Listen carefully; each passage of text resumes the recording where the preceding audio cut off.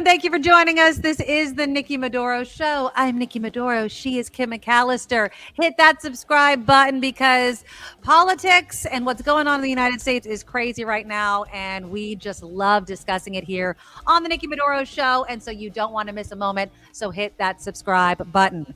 Okay, so yesterday, Kim, I was talking about this documentary.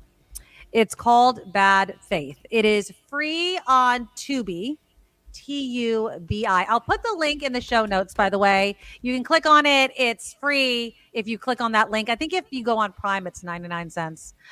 Totally worth it. It's not that long. It's kind of this history lesson. There it is. It's this history lesson. And I mean, it takes you all the way back. It does this great thing where it takes you back to like the 50s, 60s, 70s, and then all the way forward to today.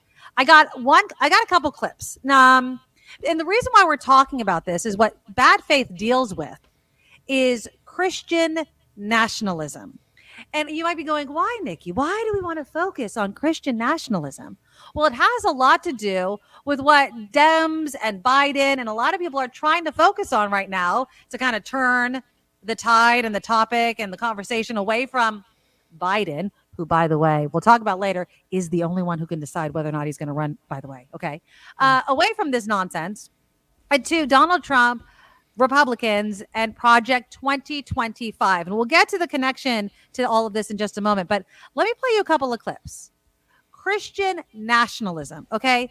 Josh Hawley. Remember Josh Hawley? Fist in the air, chicken crap running on January 6th. This is what I was mentioning this yesterday. This is what he had said to a conservative group just recently. Some will say now that I am calling America a Christian nation. And so I am. Yay. And some will say that I am advocating Christian nationalism. And so I do. And so I do. Now, again, you're like, okay, Christianity, all those sorts of things, if you look throughout history, it's not too far of a stretch, right? To be like, well, obviously people came here, the Puritans, religion, but we escaped that. There was a reason why we have freedom of religion, right? Yeah. All of that written into our Constitution. There's a reason for it. But this idea of Christian nationalism isn't new. And that is what this documentary really focuses on. Rachel Maddow, she had posted something, and this actually isn't even recent. She posted this back in 2022. And it's a quick history lesson, and I'm only playing this for you. And I'm going to play little clips because I really want you guys to watch the documentary.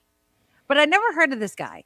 His name is Gerald L.K. Smith, okay? And this is a guy, and there's going to be some old-timey music that Rachel Maddow absolutely hates.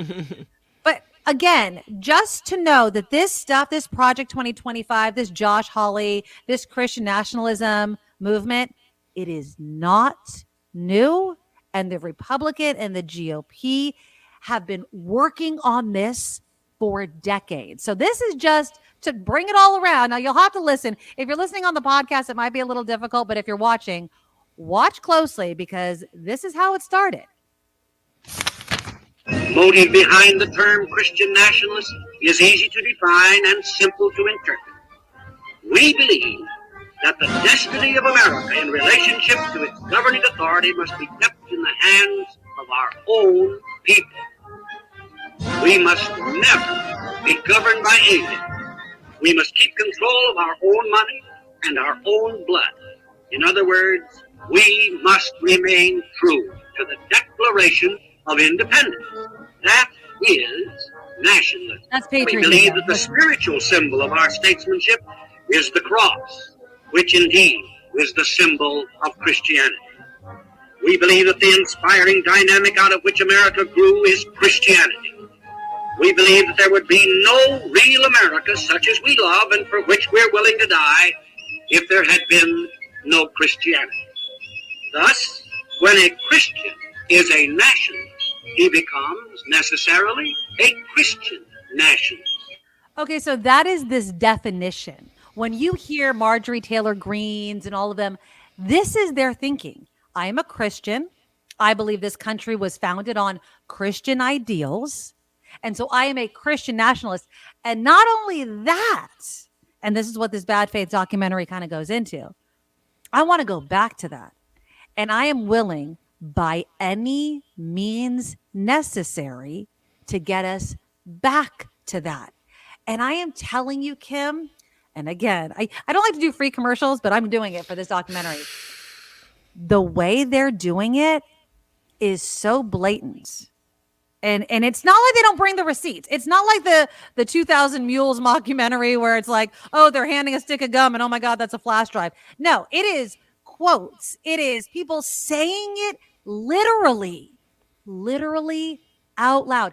People saying it out loud and then sitting right next to Ronald Reagan, right there at the table. I mean, this is what we're talking about. Now, the Heritage Foundation. We've heard a lot about the Heritage Foundation. They're behind the Project 2025, right? Yep. Mm-hmm.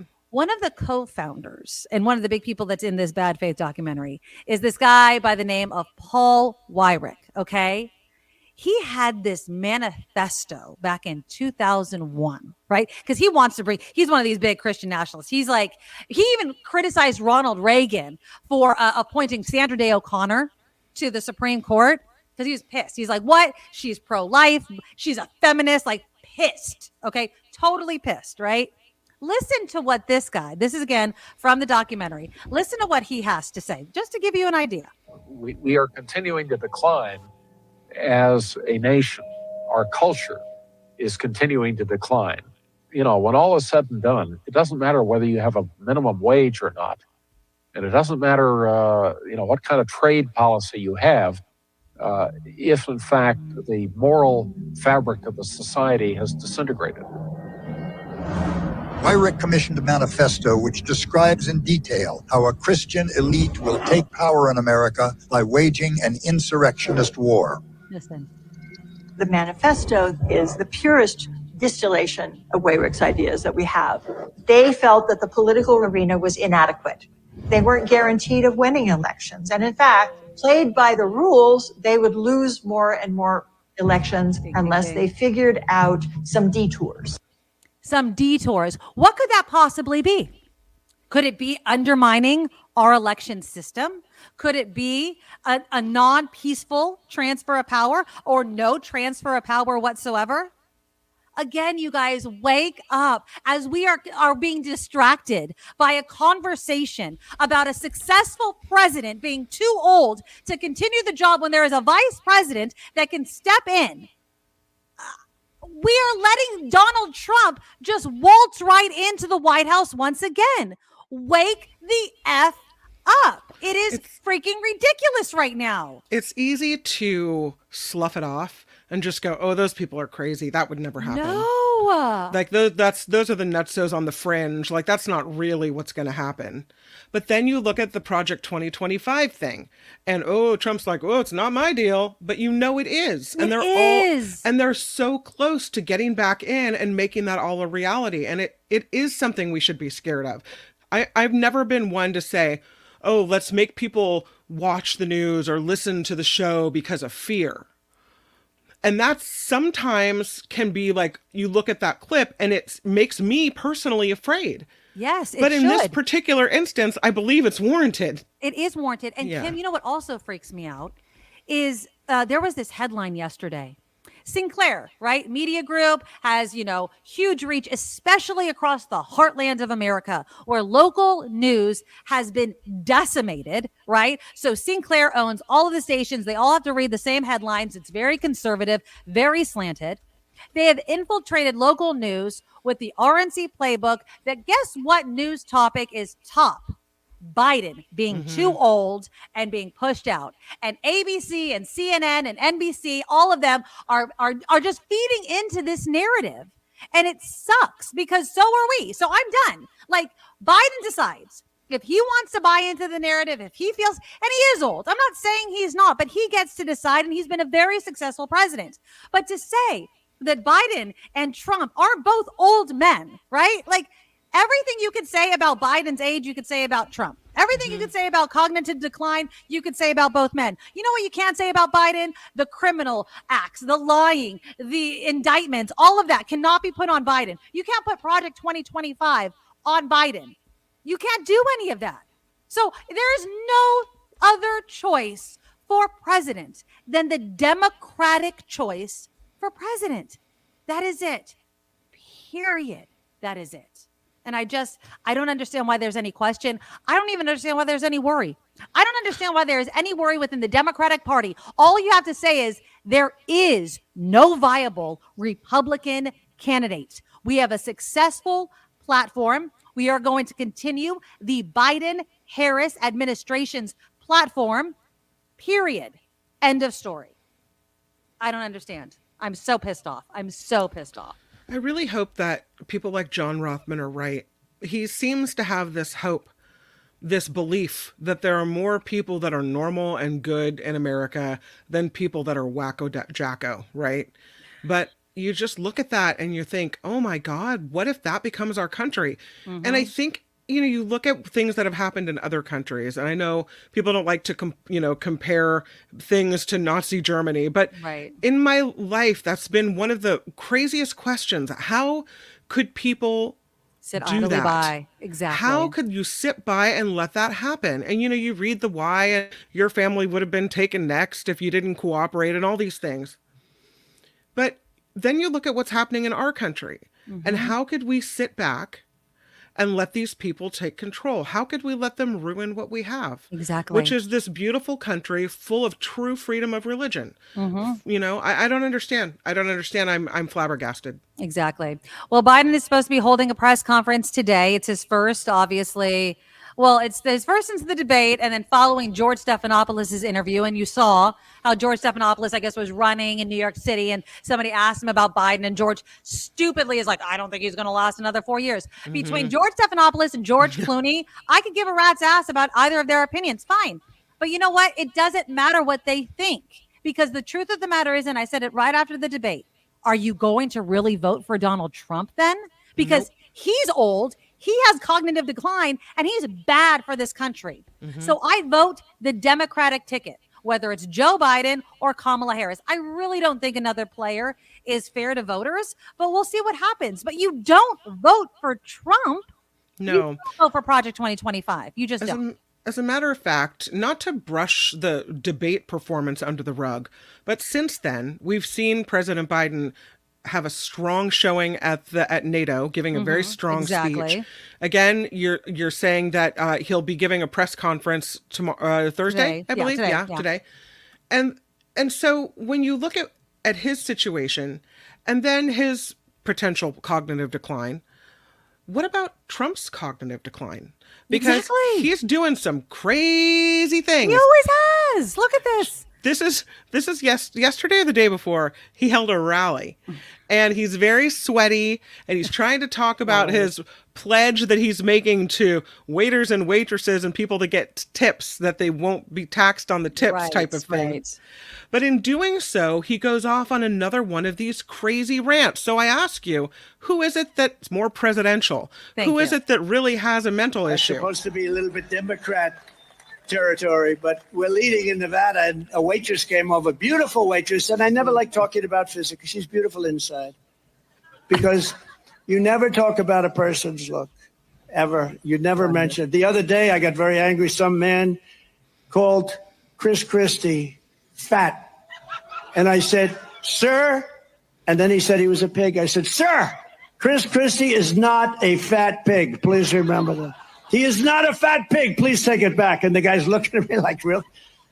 No, we have to defend people. You can't call people fat. So I said about 9 times, he is not a fat pig. That's supposed to be a bully. He's just a bully. What was that? It's him calling Chris Christie a fat pig over and over and over again. Right. It's so childish. Like, again, the bar for Trump is literally just breathing. There is nothing presidential about him. There is no scrutiny. It's like he's not qualified. There is no viable GOP candidate for president. There is none. They could leave the other side blank. I saw a video, and I'm sorry I don't have it. This guy who says he's a Republican, he's like, I would vote for Joe Biden even if he was dead. And he's like, and I'm a Republican. He's like, there's no, like, it is so asinine to think that Donald Trump is good for this country. Yeah. I mean, you can keep flapping the Epstein files that keep coming out that nobody is freaking talking about right now. The number of people that have come out that have been paid off by Donald Trump is insane. And yet all of these people saying, oh, Joe Biden's groping people. Have you read this? They make so many like caveats for the inappropriateness and criminal acts of Donald Trump. It is insane. And so, if you're going to vote for Donald Trump, that's your prerogative, but there's something wrong with you. You're brainwashed and there's no getting through with you. Like there is literally no getting through to you. And so I am just speaking to the handful, I can only imagine, of independents. And if you are a Democrat, if you're seriously a Democrat and you were going to vote for Joe Biden and now are questioning and thinking you're going to vote for Donald Trump, I question your sanity. I really do. I don't understand. I really, really don't. I can't. I'm afraid. I think it's hard for me to believe that there's anybody undecided. That the options seem so black and white. So I would say normally, let's get out and write the postcards and, let's get out and try to phone bank and let's get out and try to make a difference in these swing states. But I just who do you talk to? Because either they're a Trumper or they're a never Trumper. Right. Who's in between now? Well, I would hope that it still is cut and dry. And I really wish the circle firing line of Democrats would stop already. Stop. Democrats just need to shut the F up. Because again, as I said at the beginning, the only person who can decide, you can stand in a microphone, Democrats, Senate Democrats, House Democrats, and speak your mind. Yeah. All you're doing is hurting the party, and it makes zero difference because Biden is the only person who can decide whether or not he's going to continue running. And again, as I said yesterday, we voted for the Biden-Harris administration. We voted with the understanding that Biden was old, and he always was. When we voted for him in 2020, he was old. And so it's not as if this was inconceivable, Surprise. Right? Yeah. So we knew that there was a chance that Harris was going to step in. We voted with that knowledge. So stop with this. Oh my God, what are we going to do if Biden dies? Well, we already knew that. We said Kamala Harris was qualified. So what happened? What happened to this logic that we had? And then people are like, well, she's not likable. That's a narrative that the GOP is putting on us. Who said she's not likable? The GOP is saying it, and we're just using their talking points, and they don't have to do anything. They're just saying she's not likable. Why? Explain it. Is it because you're a sexist, racist pig? That's what I thought. Shut the hell up. So, okay, she's not likable. Fine. I like her. I have no problem with her. Likable. I mean, explain why she's not likable. Say that she's not likable. Just say we just in a generic sense she's not likable. In a generic sense, most people don't like her. All right. Okay. Do most people like Donald Trump and his personality? No, they don't. So in this particular case, you get two incredibly unlikable people, both with different platforms. So you both platform, not person, right? Exactly. There you go. Excellent point, Kim McAllister. And I would say if we're also going to take age into consideration, she's going to last a hell of a lot longer than old Fatty Don, and I'll call him fat. You know what I mean? I'm just saying it's so annoying that we're even having this debate. Yeah. There is zero debate. Donald Trump is unqualified. He is not qualified. He didn't support a peaceful transfer of power. He is a convicted felon. He is a convicted, civilly, sexual assaulter. He's all over the Jeffrey Epstein files. He has cognitive decline. He's old. He's a freaking liar. He goes off on tangents. I mean, laundry list all of the ways in which you shouldn't vote for this dude. There's no comparison. There is zero comparison. And God, I wish, again, I have so many videos I always want to play for you guys. Google it. Freaking, how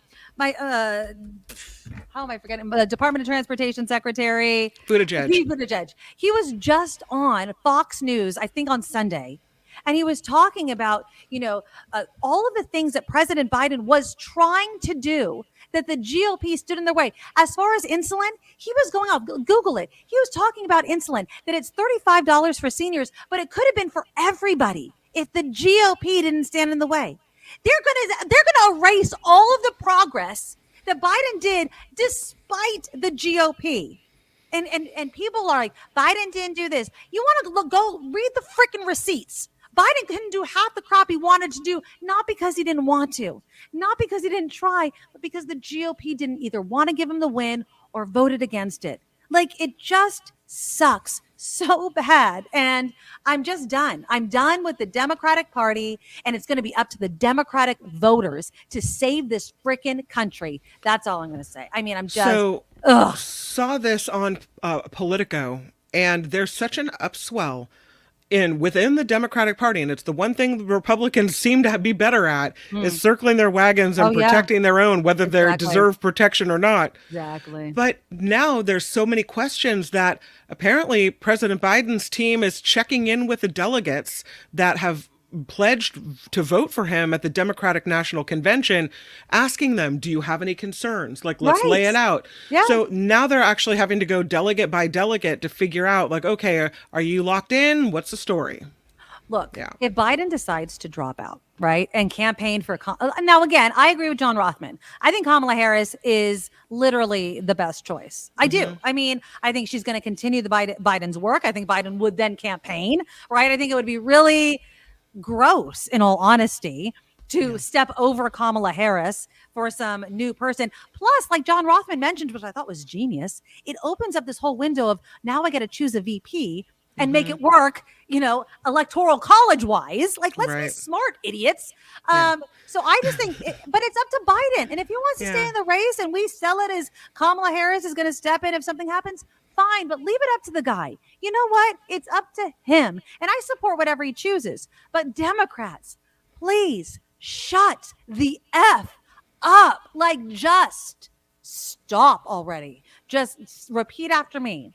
The president decides. It's up to him. He has had great success for this country, and the Democratic platform is the successful platform, and that's what we're going to continue in 2024. And then shut up and turn the tables on Trump. I mean, Jesus, Lord Almighty, it shouldn't be this friggin' hard, Cam. I don't get it. So it's driving me nuts. Let me know what you guys think, because I'll tell you what I think. I think we need your passion.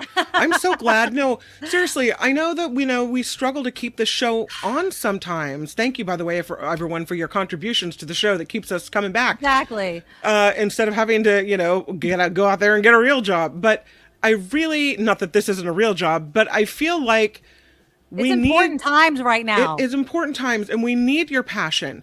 The way you are able to just articulate it and be passionate about it is not something you hear often at the national level. No, that's what I want to hear. I want to hear someone who's really making sense and very strong in their beliefs about what needs to happen here.